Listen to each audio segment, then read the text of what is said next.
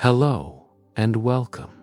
You've found a quiet moment, a space that is just for you, where there's nothing to do and nowhere you need to be.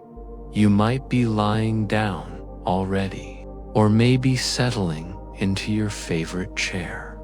Wherever you are, let your body know that it is safe to slow down. We are going to wander very gently through a story. It's a story about a flag, but really it's about people and time, and how small pieces of cloth can hold so many memories.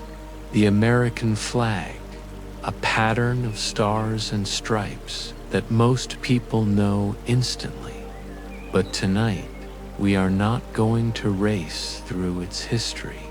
We're going to stroll at the most unhurried pace, pausing often to notice little details, like the feel of coarse linen under fingertips, or the slow stitch of a needle, or the flutter of cloth on a quiet breeze. So if your eyes are feeling heavy already, that's perfectly all right. You don't have to catch every word. This story will still be here, like a gentle river flowing in the background. Imagine with me, for just a moment, a summer evening in a small town, perhaps more than 200 years ago. The sun is low. It's light, warm, and golden. You hear the sound of wooden wagon wheels in the distance, maybe a dog barking lazily. There is laundry drying on lines, shirts and skirts and aprons swaying in the soft air. And, perhaps, over one doorway, a small flag, hand-sewn, with colors a little faded, but still bright enough to catch the light. The fabric would be heavier than modern flags, woven from cotton or linen, the kind that softens after many washings. Someone made it by hand. Someone chose the colors and cut the stripes and placed each star carefully. It was never just decoration. It meant something. Before there was even one American flag, people in this land had many flags. Some were symbols of ships. Some were for colonies. Some had pictures of trees or coiled snakes, or the Union Jack of Britain. But we'll come to that later. For now, let's stay in the quiet moment, the way a breeze lingers in the branches before night comes. You might feel your shoulders relaxing a little. Maybe your breathing slowing down. That's good. That's how history was always meant to be told, I think, as a conversation in the evening, not as a test in a classroom. Flags have always had two lives. One life is the official one, the dates they were adopted, the designs they were given. Those are the parts in the books. But the other life is slower and softer. It's in the hands that carried them, the porches where they hung in the morning sun, the way they folded away in trunks for special days. The life of the flag in daily life is the one we'll visit tonight. I think we'll begin our story not in 1776, but even earlier, because the American flag didn't suddenly appear. It grew like a tree from older roots, roots in the flags of the colonies, roots in the flags of ships, and even older roots in the banners and emblems of Europe. But we won't rush there yet. For now, imagine being on a ship in the 1600s, sails stretched above you, the wooden deck creaking underfoot. At the stern, a flag flutters, its fabric catching the salt wind. It might have been the Red Cross of St. George, or later the Union Jack, marking the ship as English, and the only light might be from lanterns swinging gently with the waves. When the first English settlers came to what would one day be the United States, they brought those flags with them, not because they were thinking of the future, but simply because that was the flag they knew. We will meet the people who sewed them. We will wander through parades in little towns and across farms and into schoolrooms where the flag hung above the blackboard. But we will never hurry, because the flag has been here for hundreds of years, and tonight we have all the time we need. So settle in. The night is long and soft, and the story of the American flag is ready to unfold, like cloth from a careful fold. When we think about the American flag, it's easy to picture it as it is today. The crisp white stars, the deep red stripes, the calm blue feel. But before that pattern ever existed, the land we now call the United States was a patchwork of symbols. Some were the flags of distant empires sent across the sea on ships of wood and canvas. Some were banners carried by militias. Some were personal marks, a coat of arms painted on a sail, or a symbol stitched onto cloth, fluttering from a small mast. And long before European flags arrived, this land already had its own traditions of symbols. Among the many native nations, each had ways of representing identity and belonging. They were not flags in the European sense, but they were banners of meaning, designs painted on hides, patterns beaded into belts, marks carved into wood. These emblems told stories. A line of shapes might speak of the rivers a people had traveled. A figure of an animal might tell of a clan or a spirit.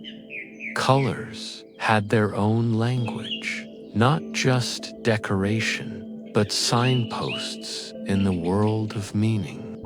When the first European ships anchored off these shores, they brought their own flags with them. The Spanish came with the golden dread banners of Castile and the red saltire of Burgundy. The French flew the fleur-de-lis, soft gold on deep blue. The English ships came under the cross of St. George, a bright red cross on a field of white. Each flag had its own history that stretched back centuries before the New World was ever imagined by them. On a quiet morning in, say, the early 1600s, you might have seen a single small fort, freshly built along the shore.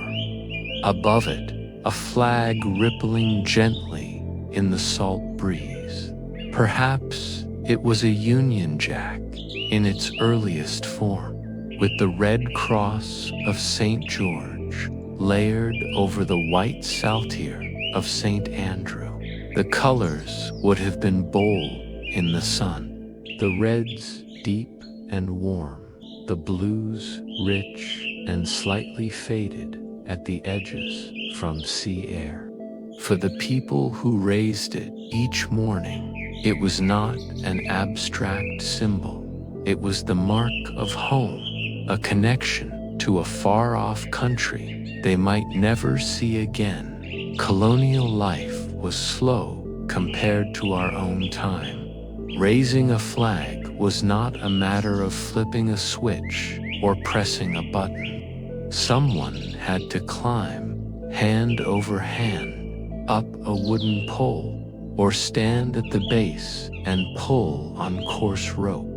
The halyard would creak, the flag would catch, and then it would flutter into place, its cloth tugged and smoothed by the wind. The fabric was heavy. Wool bunting was common in those early days. It had a rough texture, but it lasted in all weather.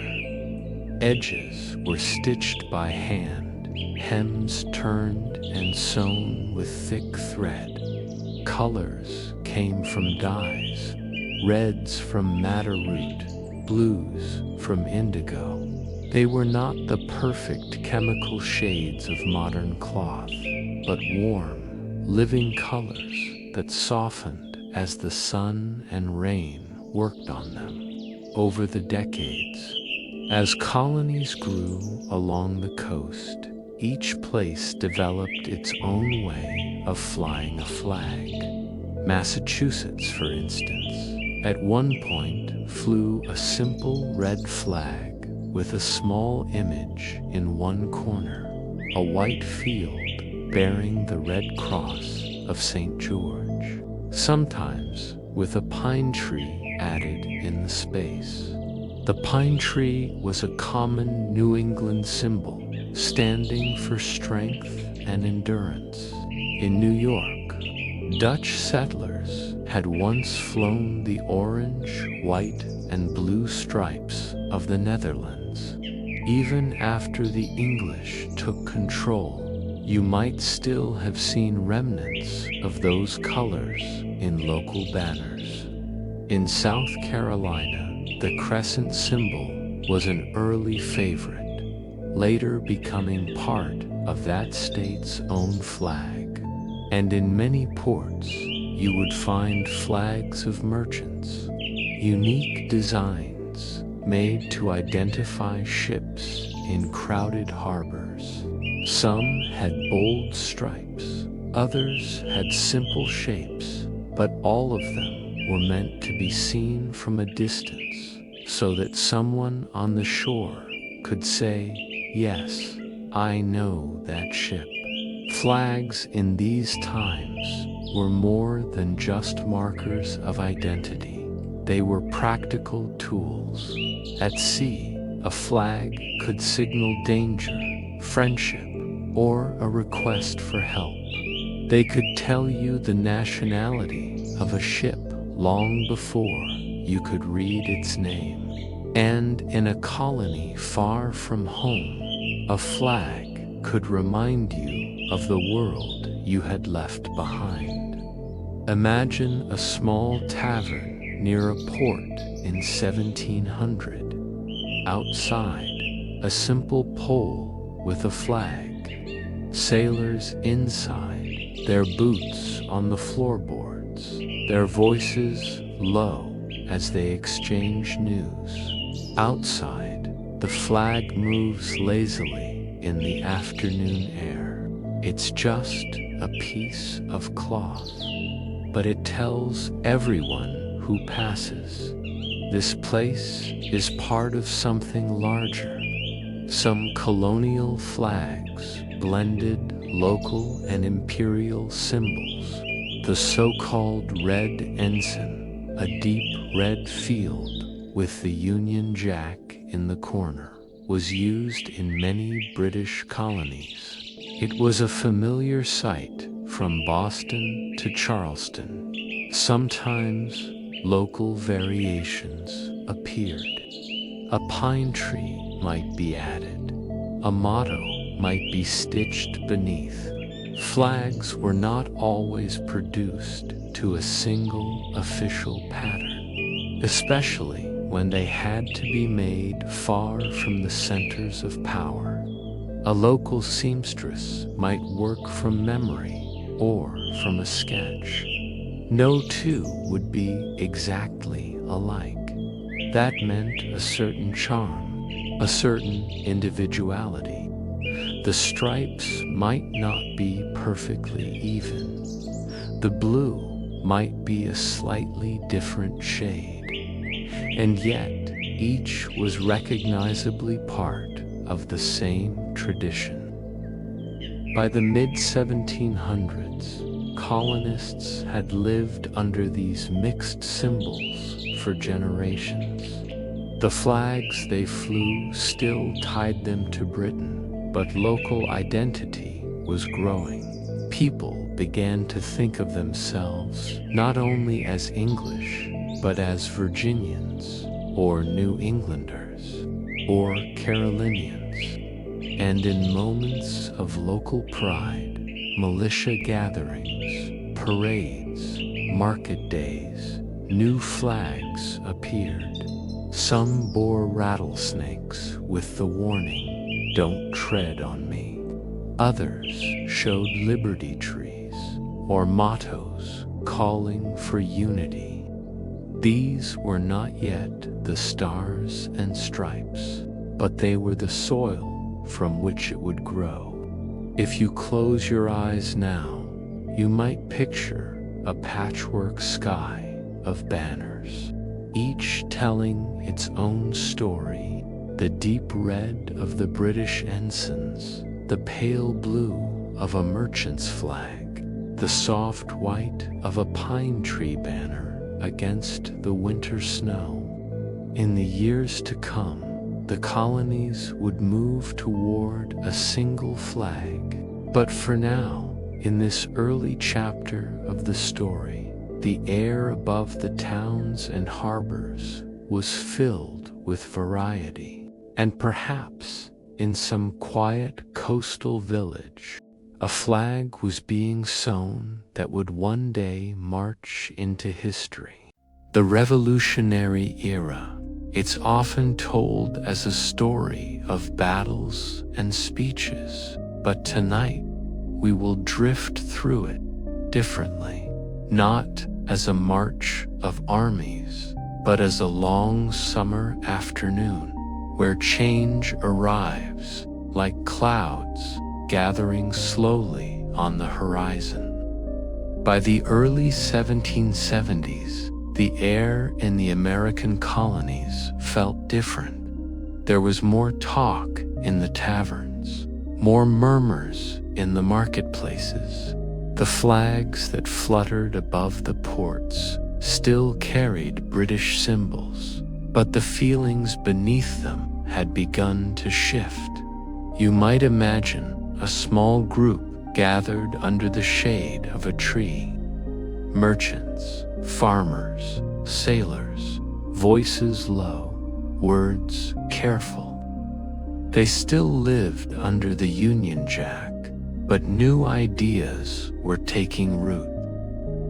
One of the earliest flags to express this mood was the Liberty Tree flag. It showed a simple green pine tree, sometimes with the word liberty beneath it. The tree was not fierce or threatening. It was steady, alive, and rooted, a symbol of endurance.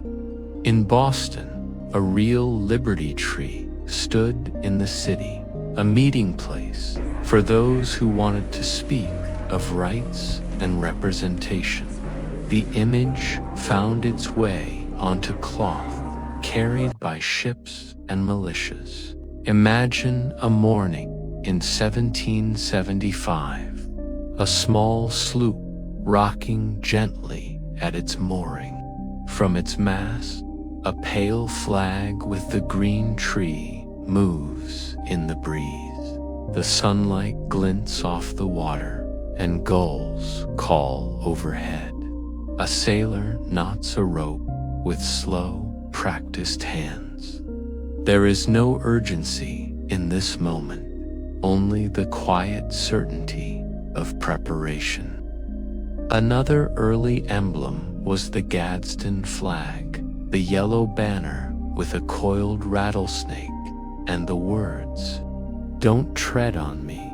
Its yellow was warm, almost golden, and the snake was drawn in careful detail, scales marked one by one. It was bold, but if we slow it down in our minds, it's also a handmade object. Cloth cut and hemmed, paint or dye brushed on by hand. It would have taken hours, maybe days, to finish. A work of patience as well as of message. In the early months of the Revolution, there was no single American flag. The Continental Army used a variety of banners. Some companies carried local flags from their own town. Some used the Grand Union flag, 13 stripes of red and white, but with the British Union Jack still in the corner.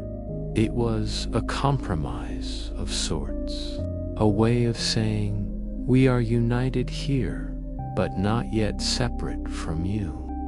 Picture it hanging limp in the morning stillness at a military camp, the stripes bright in the rising sun, the corner of the Union Jack catching a light breeze. Around it, soldiers move slowly, pulling on boots, warming their hands on tin mugs of coffee. Smoke rises from campfires, carrying the faint smell of wood and bread.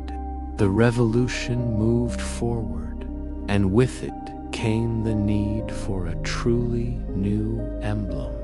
13 colonies, 13 stripes, a simple idea, but one that carried meaning. The question was the stars.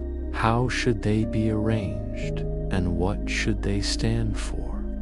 Some early versions had the stars scattered across the blue field. Some had them lined in rows. The one most often remembered today is the circle. 13 stars in a gentle ring, each with 5 points, the blue deep and soft behind them. And here we meet the quiet legend of Betsy Ross. The story, told many years later, is that she was visited in 1776 by George Washington and others, and asked to sew a flag for the new nation. She is said to have suggested the 5-pointed star because it was quicker to cut than a 6-pointed one. Whether every detail happened exactly that way or not, we can still imagine her workroom. It is a warm afternoon. Sunlight filters through a small window, dust motes drifting lazily in the beam. On the table, lengths of red, white, and blue fabric. A pair of shears rests to one side. The cloth has a faint, pleasant scent, part dye, part the simple smell of cotton or linen. Betsy's hands move steadily, cutting, folding, stitching with fine, even movements. The thread pulls through with a small whispering sound. Outside, the muffled sounds of the street, a cart passing, children calling to one another. Inside, just the soft rhythm of needle and thread. When the flag is finished, it is not yet the icon it will become. It is a new idea, stitched into being. Flags of the Revolution were often handmade in this way. Each one bore the marks of its maker, slightly uneven stripes, stars not perfectly identical, but in those small imperfections was something human and warm. They were not produced by machines. They were born from hours of patient work, the kind of work you can imagine doing by lamplight while the house is otherwise still. In battle, these flags took on another role. They were rallying points, a way for soldiers to see their unit in the smoke and movement. But between battles, they were cared for gently, folded carefully, repaired with new stitches when needed. The cloth wore thin in places, and patches were added. A flag could be both weathered and cherished. By the time the Declaration of Independence was signed in July 1776, the colonies were ready for a flag of their own. The Continental Congress passed a resolution the following year, in June 1777, resolved that the flag of the United States be 13 stripes, alternate red and white, that the Union be 13 stars, white in a blue field, representing a new constellation. A new constellation. It is a lovely thought, not a single star, but many, together making something brighter. Imagine the first time such a flag was raised in a small town. It might have been sewn by neighbors working together. On the day it was to be flown, people would gather, children standing close to their parents, elders nodding quietly. The flag would rise slowly, the rope squeaking against the pole, and when it caught the wind, there might be a small murmur of voices, a few hats lifted in respect. It was more than a banner, it was a promise. During the Revolutionary years, the new flag appeared on ships, in camps, and at official gatherings. But it was still rare enough to be noticed each time.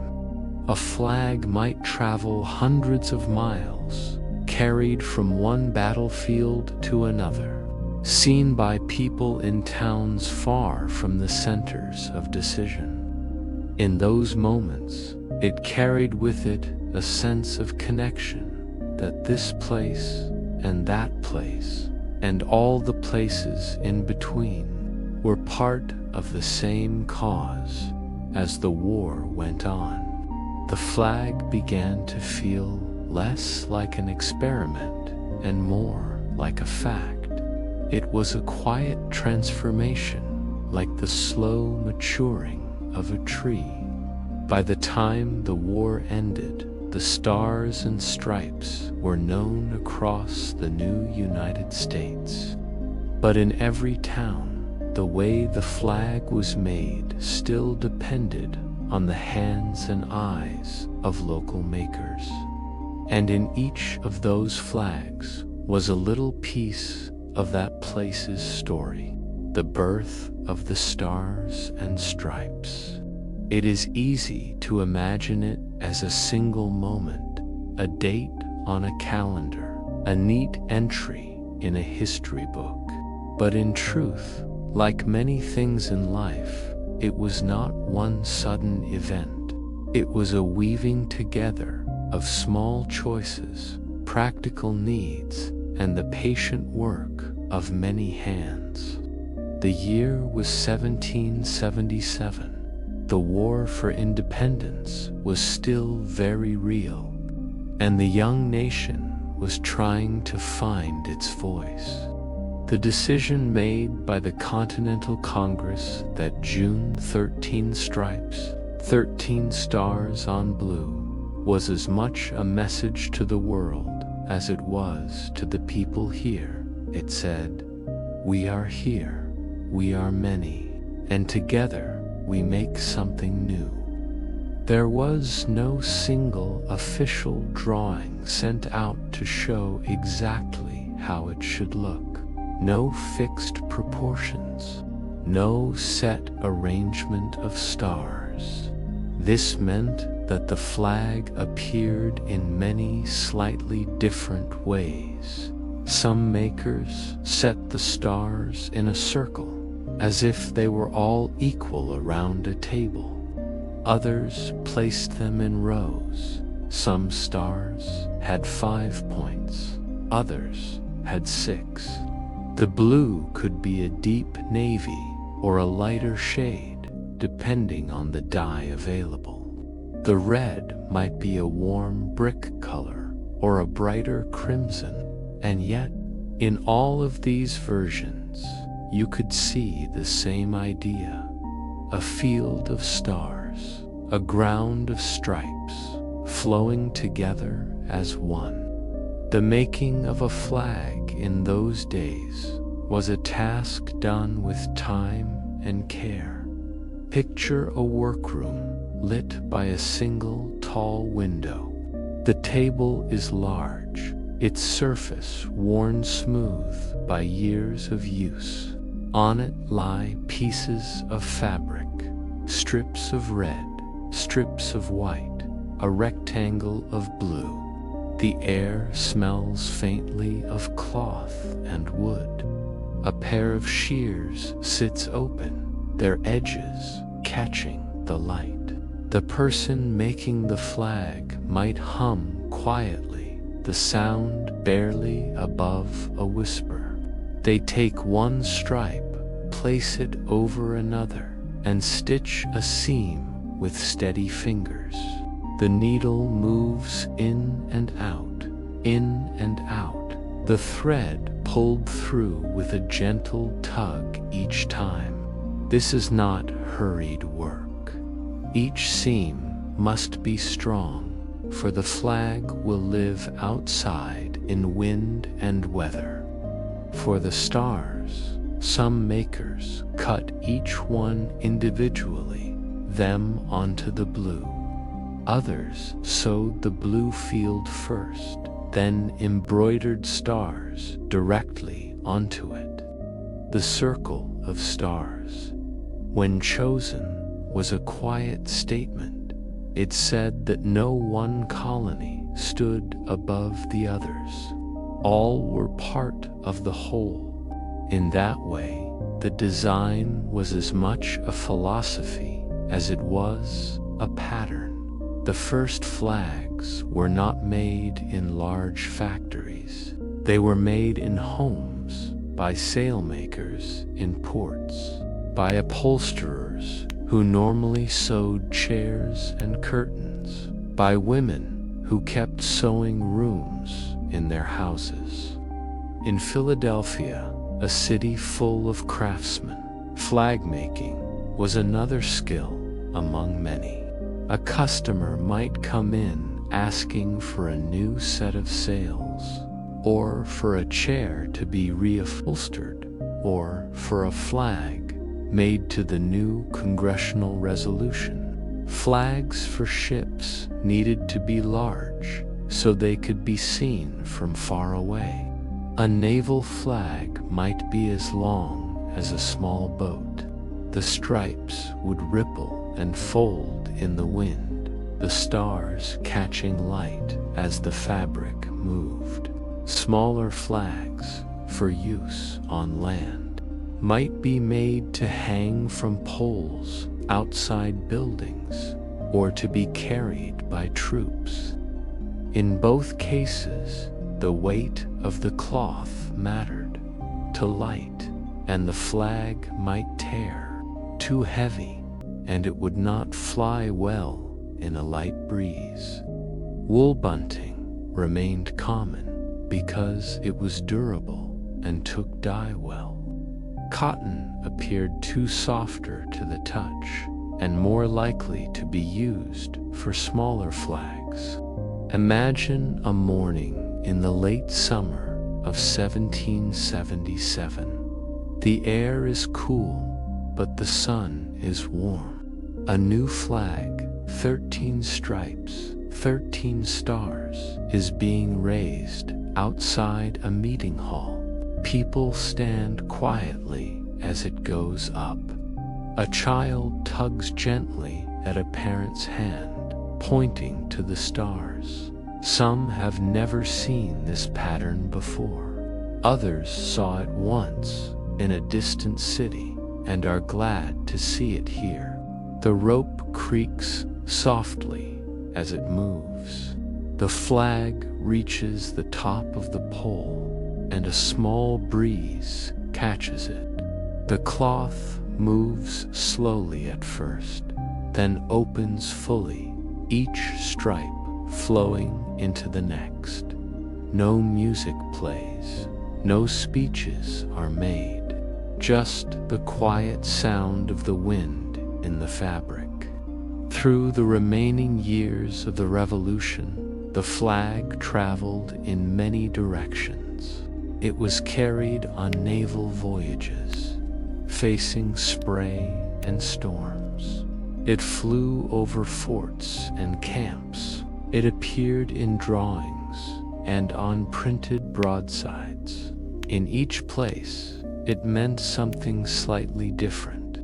For soldiers far from home, it might mean their cause. For townspeople, it might mean a link to the new government. For allies abroad, it might mean a new partner in trade or diplomacy. After the war ended in 1783, the flag did not disappear. It continued to be used, though not yet with the strict sense of national symbolism it has today. In small towns, it might be brought out only on certain occasions. In ports, it became more common, flying from American ships as a mark of their new identity. And slowly, as the years passed, the sight of the stars and stripes began to feel familiar. Some of the earliest surviving flags from this time show the individuality of their makers. One might have stars with uneven points. Another might have stripes of different widths. The blue could be a rich indigo in one, and a lighter sky blue in another. Each one was a little different, and yet each one was unmistakably part of the same story. This was the true birth of the Stars and Stripes, not a single moment in a single room, but a gradual unfolding, like the slow blooming of a flower, seen not in one day, but over a whole season. The turn of the 19th century, the Revolutionary War was over. The United States was young, its edges still soft, its path still uncertain, and the flag, the Stars and Stripes, was quietly changing. At first, there were 13 stars for the 13 states, 13 stripes, too. But the country was not staying still. New states were being added, Kentucky, Vermont, each bringing its own land, its own people, its own voice to the growing chorus. And in 1795, Congress made a change. They passed a law that the flag would have 15 stars and 15 stripes. It seemed a simple choice. 2 more states, 2 more stars, 2 more stripes. But this change would shape the flag's look for years to come. Imagine a flag maker in 1796 cutting cloth for a new pattern. The stripes are a little narrower now, because 15 of them must fit. The stars, bright white on deep blue, are arranged in a neat pattern, 5 rows of 3. The shears cut slowly through the fabric, a soft she sound with each closing. The maker pauses to smooth the cloth, checking that the grain is straight. A cat, perhaps, watches from a sunny patch on the floor, tail flicking lazily. One of these 15-star, 15-stripe flags would become famous, though not for a parade or a speech or a law. It would be remembered for a night of wind and rain, the boom of cannon, and the soft dawn after. In 1814, during the War of 1812, a large flag was sewn for Fort McHenry in Baltimore. It measured 30 by 42 feet, a flag so large it could be seen from far away. The sewing was done by Mary Pickersgill, her daughter, and a small group of helpers. They worked in a large space, spreading the cloth out on the floor to assemble it. The stars were 2 feet across. Each stripe was more than 2 feet wide. The work was careful, steady.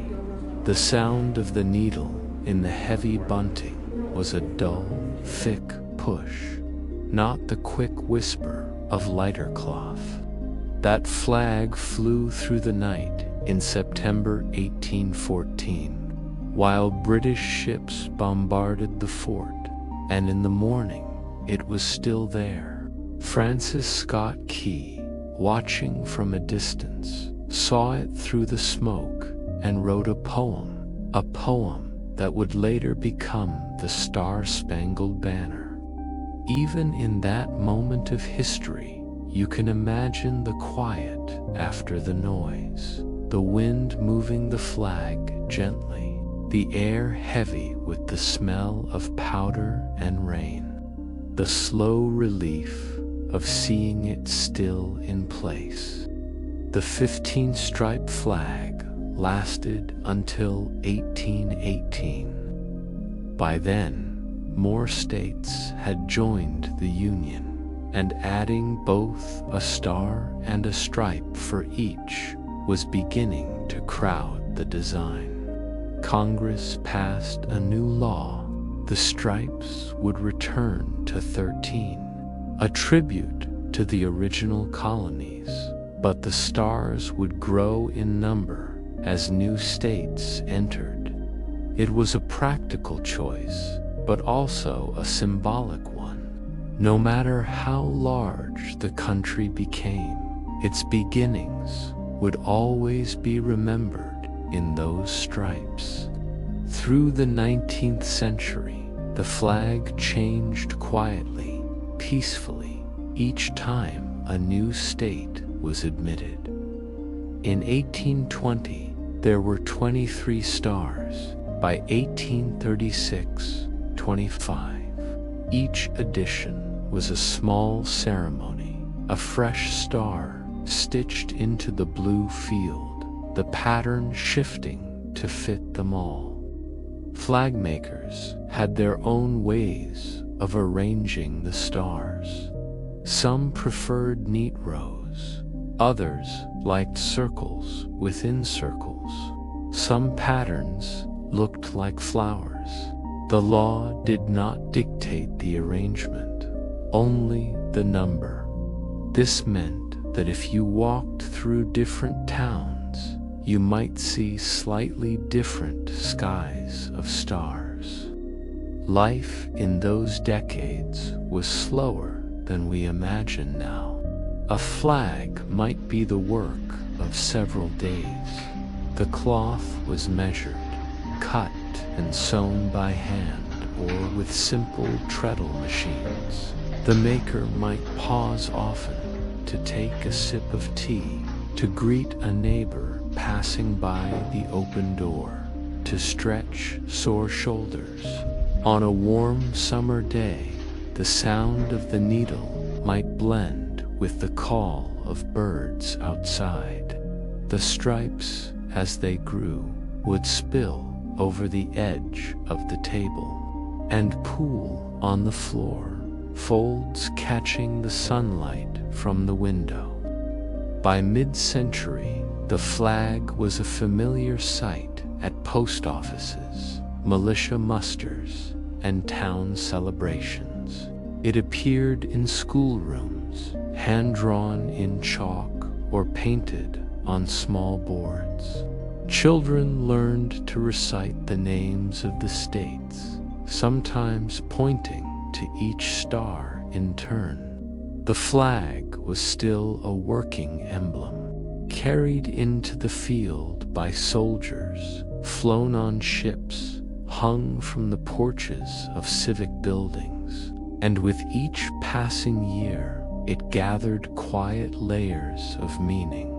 Birthdays celebrated under its stripes, letters written at tables where it hung nearby, moments of welcome when travelers saw it in a distant town. As the century wore on, the country's story would turn toward new trials.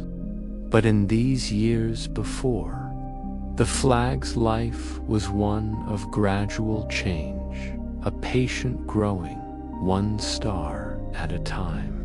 When we think of a flag, we often picture it in moments of great importance.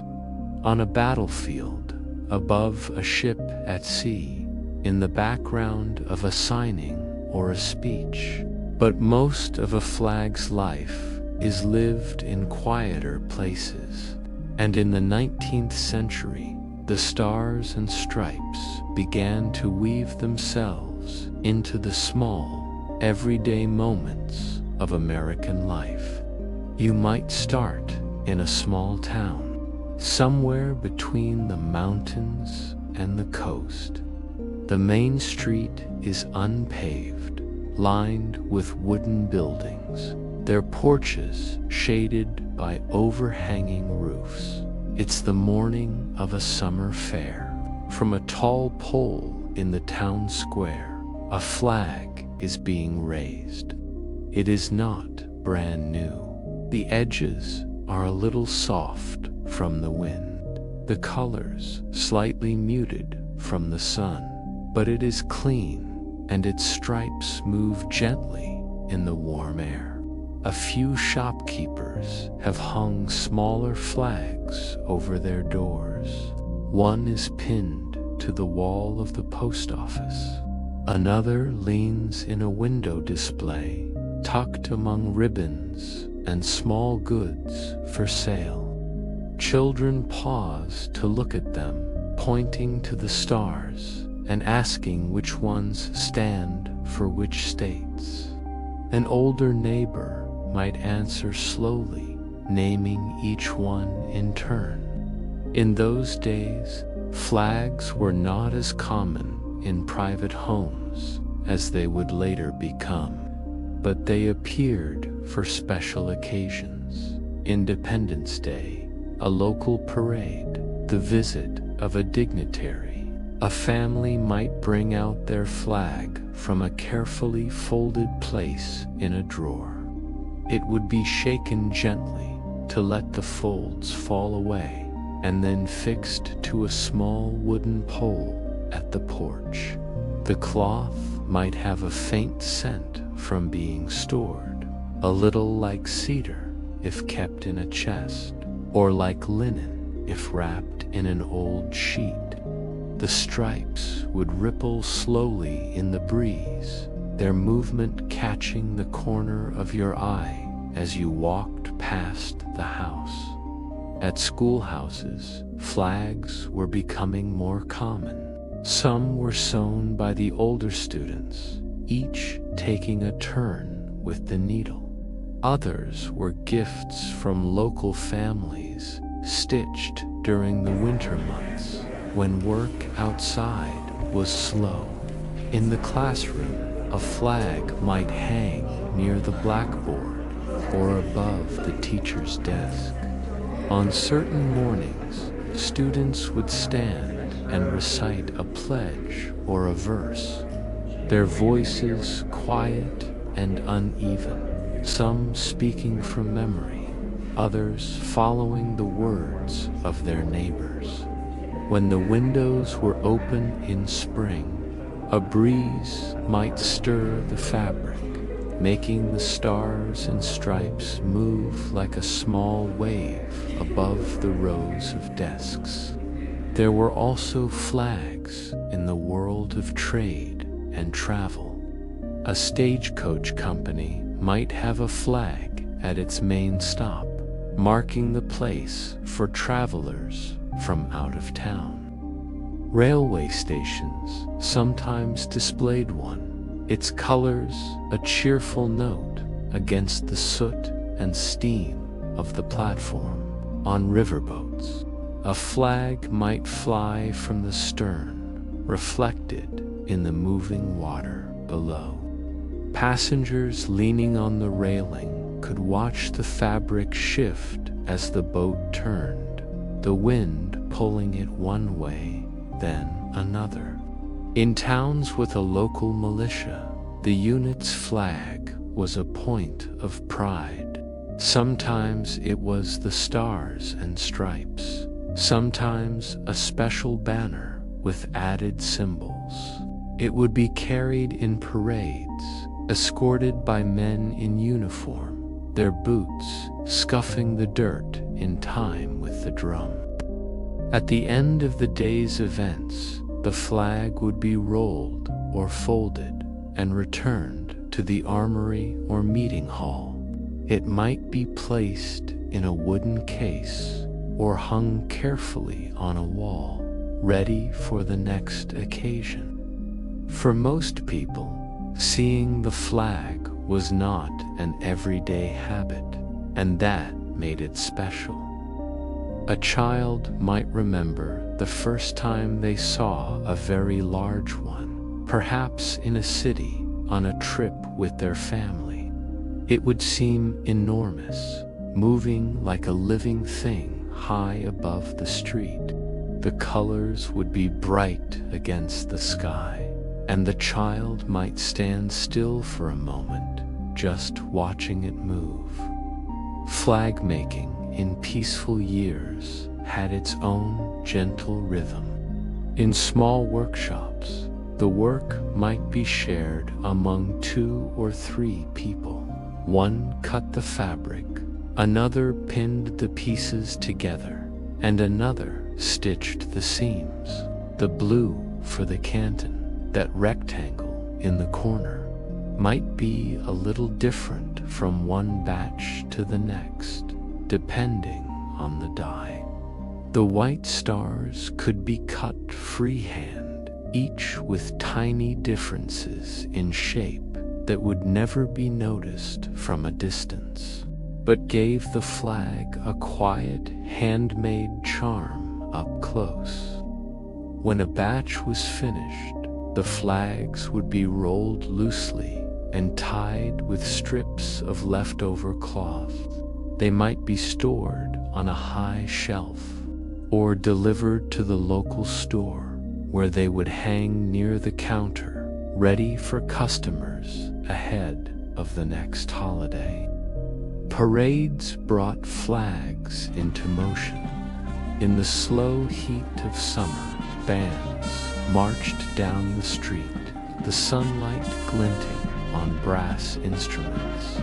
Behind them, men carried the flag upright, its top edge tipped slightly forward as they walked. Children waved small paper flags on sticks, the paper crinkling softly in their hands. The rhythm of drums, the distant sound of cheers, the sight of the stars and stripes moving against a bright blue sky. These were the ways the flag became part of memory. Even in peace, there were moments when the flag carried a solemn weight. It might be draped over the coffin of a local veteran, its edges hanging gently over the wood. It might be lowered to half-mast after a tragedy, moving slowly in the wind above a hushed street. These moments added depth to the flag's life, reminding people that it was not only for celebration, but for remembrance as well. And in quieter moments still, the flag was simply there, a steady presence on the courthouse lawn, at the harbor's edge, or outside a one-room school. Its movement could be a comfort, like the sound of leaves in the wind, or the gentle rush of water in a stream. It was part of the scenery, and yet always meant something more. The 20th century began quietly for the flag. It was still stitched by hand in many places, though sewing machines now hummed in some workshops, their gentle, even sound replacing the slower push of a hand needle. It had been more than 100 years since the first stars and stripes were raised, and yet the flag still felt new to many eyes. The nation itself was young in the great span of history, still adding states, still growing into its place in the world. In small towns, the courthouse flagpole had become almost as familiar as the building itself. People noticed it without thinking, a part of the morning walk to the market or the quiet trip home in the late afternoon. On calm days, the flag would hang almost still, moving only when a stray gust found it. On windy days, it would snap and billow, the stripes curling and uncurling in long, lazy arcs. Schools began making the flag a more regular part of the day.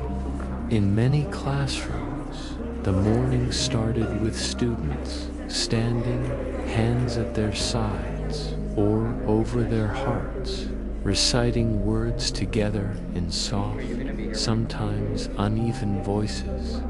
The teacher might smooth the flag's edges before the pledge, making sure it hung just right above the blackboard. Some flags were small, just a few feet across, and others were larger, taking up a whole section of wall. In summer, with the windows open, the edges might lift in the warm air, the sound almost like the page of a book turning. Parades became bigger and more organized in these years. The flag often led the way, carried by veterans or local officials. Bands followed, their music bouncing softly off the brick fronts of shops. Children lined the sidewalks, some waving small flags on sticks, others simply watching the larger one sway above the marchers' heads. If you stood far back, you might see the flag's colors ripple and fade slightly in the distance, like paint brushed into the blue sky. In the early 1900s, photography was bringing new ways to see the flag. Black and white photographs couldn't show the red and blue, but people didn't need the color. They could imagine it. The stripes showed clearly in shades of light and dark, and the stars shone white against the darker field. Some photographs were taken during calm moments, a flag hanging limp in the still air of a small harbor, and others caught it mid-motion, edges blurred by the movement of the wind. At the same time, the flag began appearing more often in print. Newspapers ran illustrations of it on special days. Magazines printed full-color covers for Independence Day issues, showing it draped across porches or flying over wide open fields. Stores used it in their advertising, hanging banners and paper flags in windows to catch the eye of passersby. Some households began buying their own small flags for indoor display, placing them in vases or standing holders on mantels. For many people, the flag was now tied to a rhythm of the year. It came out for national holidays, for local parades, for visits from important guests. On the 4th of July, streets filled with flags in all sizes, from tall poles to the smallest paper pennants children carried. At night, as fireworks bloomed above, the day's flags hung quietly in the dark, their edges barely visible in the glow from street lamps. By the 1920s, the country had grown again. New states meant new stars, and flag makers updated their patterns to fit them. Arranging the stars became a careful task, keeping them even, making sure they fit the rectangle without looking crowded. The sewing rooms smelled faintly of cotton and dye. The hum of sewing machines was steady and low, broken only by the snip of scissors or the quiet murmur of two workers speaking as they stitched. Finished flags were folded loosely, ready for shipment to schools, public buildings, and homes. The Great Depression years brought fewer grand parades, but the flag still appeared in small, steady ways. It flew above government buildings. It hung in classrooms. It appeared in photographs of small-town events. Its colors, sometimes the only bright note in the scene. People still brought it out for holidays, even if the celebrations were simpler. A single flag on a porch could be enough to mark the day. When the 1930s drew to a close, the world was changing again. But for a moment, before the harder years came, the flag in America still lived mostly in calm places, in schoolyards, in summer parades, above quiet streets. At sunset. The middle years of the 20th century were years of both quiet and great change for the American flag. Some days it was simply part of the background, moving gently above a courthouse lawn, its cloth light in the sun. Other days it became the focus of attention in parades, at memorials, and in moments when communities came together. In the 1940s, the flag traveled with soldiers across oceans. It was carried into camps and posted near tents. It appeared on small patches sewn to uniforms. It even found its way into soldiers' pockets, tiny printed versions folded into wallets, kept as a reminder of home. But back in towns and cities across America, the flag remained a steady part of daily life. On the home front, families hung flags in windows. Some displayed service flags, small white banners with a red border and a blue star for each family member in the military. Beside them, the stars and stripes often hung, its familiar colors bright in the daylight. In schools, the morning ritual of the pledge continued, even during years when the news was often filled with heavier stories. Teachers still straightened the cloth before the words were spoken, and students still glanced up at the stars and stripes while speaking in unison.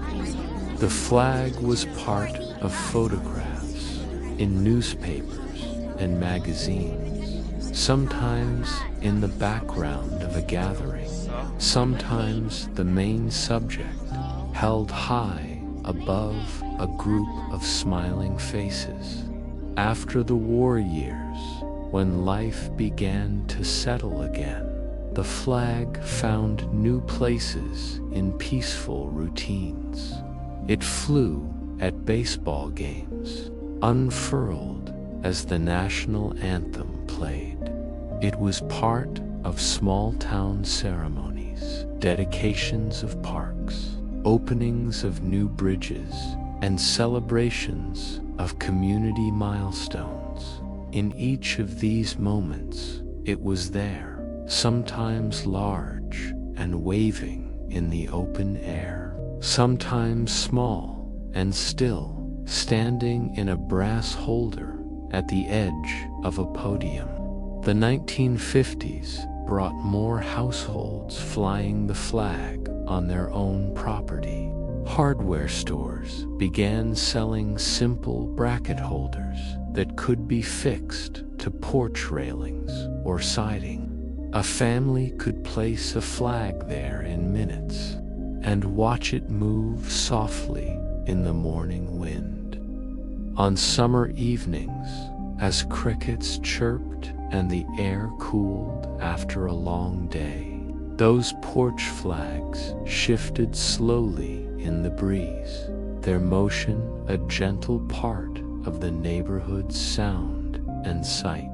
In schools, larger flags were hung in auditoriums for assemblies. When the stage curtains were drawn, the flag might be the only decoration behind a speaker, its colors catching the light from above. Students began learning more about flag etiquette, how to fold it into a neat triangle, how to keep it from touching the ground, how to carry it respectfully in a parade. These small lessons wove the flag into the fabric of everyday learning, just as it had been part of the day's start. As the country moved through the 1960s, the flag took on new meanings for many people. It appeared at civil rights marches, carried alongside signs and banners. It was raised at rallies and stood behind speakers in public squares. Yet even with these new roles, its quieter life continued. It still moved gently above small-town courthouses, stood in rows at schools, and hung in windows on warm summer nights. In those mid-century decades, one could walk through almost any town in America and see the flag at least once or twice, perhaps above a post office, or in front of a school, or tucked into the corner of a shop window. Its presence was steady, familiar, and quietly comforting. And as the century moved toward its later years, the flag would find yet more places to appear: in backyards, on front porches, in parks, and on stages, each time carrying with it the long, slow memory of all the moments it had already seen. Today, the American flag lives in many places, above buildings, on front porches, in classrooms, and sometimes simply in the quiet of a folded triangle, resting in a display case. The ways we care for it and the customs that guide its use are the result of years of tradition. They are not hurried rules, but rather gentle reminders, meant to keep the flag's presence steady and respectful. One of the most familiar customs is raising and lowering the flag each day. In the morning, it goes up, often to the soft sound of a rope sliding against a pole, the metal clips tapping gently as the wind moves them. In the evening, it comes down, folded slowly and carefully, each motion deliberate, until it becomes a small, neat triangle, its stars showing on the outer fold. Some people fold it in pairs, one person holding each end, while others, when alone, let the flag rest lightly across their forearms as they work. Another custom is that the flag should not touch the ground. This is not because the ground is bad, but because the gesture of keeping it lifted is a way of showing care. It is a small act, like holding a book away from the rain, or setting a photograph where it will not be bent. There is also guidance on how the flag should be displayed. When hung on a wall, the blue field of stars should be at the upper left from the viewer's perspective. When placed alongside other flags, it should be in the position of honor, often to the right, or raised slightly higher. In parades, the flag is usually carried at the front. If several flags are together, it is often the first one you see, its cloth moving gently above the heads of the marchers. Sometimes it is large enough to require several people to hold it, each taking careful, steady steps. Flag etiquette also speaks of when to fly it at half-staff. This is a sign of mourning or remembrance. On those days, the flag rises first to the top of the pole, then is lowered halfway. It stays there in the soft wind, a quiet sign to those who pass by. At the end of the day, it is raised to the top again, then brought down for the night. Certain days of the year are especially connected with the flag. Independence Day, Memorial Day, Veterans Day, Flag Day. Each brings with it a familiar sight of flags in many places, from tall poles in town squares to the smallest handheld banners children carry at parades. On Memorial Day, you may see small flags placed at the graves of veterans, each one a simple gesture of thanks. In the morning, the fabric might be still in the cool air, and by afternoon, a light breeze might lift them so they all move together in quiet rhythm. Even at night, the flag can be flown if it is properly lit. A spotlight shining softly upward can make the stars and stripes glow faintly against the dark, the colors muted but still there. Some people enjoy passing by such a flag late in the evening, the street quiet, the air cooler, and the cloth swaying slowly in the night wind. The flag's symbolism today is both public and personal. For some, it is a reminder of service, their own or that of a family member. For others, it is a sign of home, a small link to the place they know best. It can be present in big moments, ceremonies, gatherings, national events, and in small moments, like a flag on a porch in the early morning light, or a folded one resting on a mantle. When you see it now, you might also see its long story behind it, from the earliest stitched stripes in quiet rooms lit by candlelight, to the many hands that have raised it on poles, carried it in parades, or set it gently in place for the night. The story of the American flag, like the fabric itself, is made of many threads. Some are bright moments of celebration, parades, and songs sung in the open air.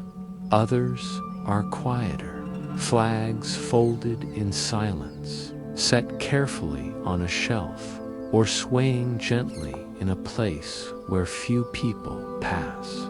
It has been with the country in its early days, when towns were small and the roads were made of dirt, and it has been here still in the age of airplanes and lights that glow all night. Through each of those times, its colors have stayed the same: the deep blue of a night sky, the white of clouds and starlight, the red like the warm glow of an evening fire.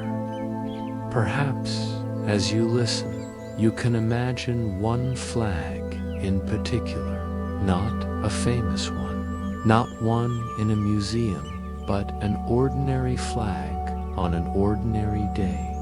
Maybe it is on a small pole in someone's yard. The grass is a little uneven beneath it. A few leaves shift across the ground as the wind moves. The flag's edges lift and fall slowly, the sound soft and low, like the quiet rustle of a page turning. It is morning, and light is just beginning to spread across the street. The houses are still, the air cool. Somewhere, a window opens, and the smell of coffee drifts into the air. The flag moves gently, the cloth catching a bit of the early sun. Or maybe you see it in the evening, the air warm and full of the sound of crickets. The day's heat is fading, and shadows stretch long across the grass. The flag sways in the soft wind as the last of the light touches its edges. Above it, the first stars begin to show in the sky, pale at first, then clearer as the minutes pass. It has been part of days like this for generations. Quiet mornings and evenings that no one wrote down in history books, but that make up so much of a life. It has been there for people coming home after long days, for children walking back from school, for neighbors pausing on the sidewalk to talk for a moment. In the stillness now, you can imagine all those quiet moments layered together, a long ribbon of time folding gently into itself. The flag's story continues, not only in the grand events, but in these small, steady scenes. And as you rest now, you can let that ribbon of time carry you a little further away from the day's thoughts, like the cloth of the flag in a slow breeze. Your breathing can settle into a gentle rhythm, in and out, in and out. The stars on the flag, like the stars in the night sky, can be a reminder that some things remain constant, even as the world changes around them. The stripes, steady in their pattern, can be like the days themselves, one after another, each with its own quiet weight, its own place in the flow of time. And now you can let the story fade into the background.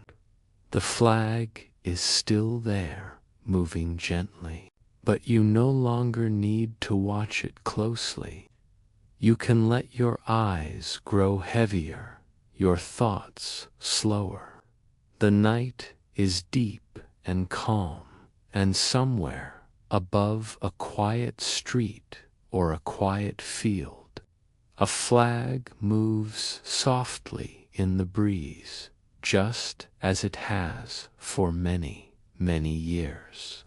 Sleep can come when it is ready, and the story can continue without you. The flag will still be there, steady, familiar, and peaceful.